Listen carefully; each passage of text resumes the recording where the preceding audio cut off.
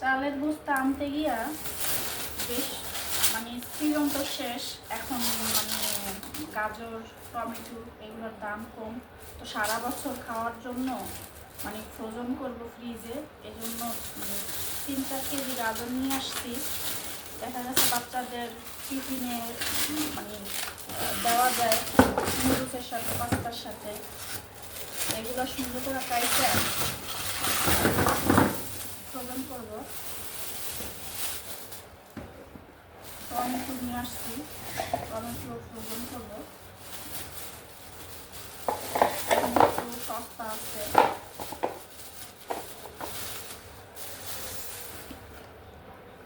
আর সবারই কম বেশি পছন্দ এই শাকটা।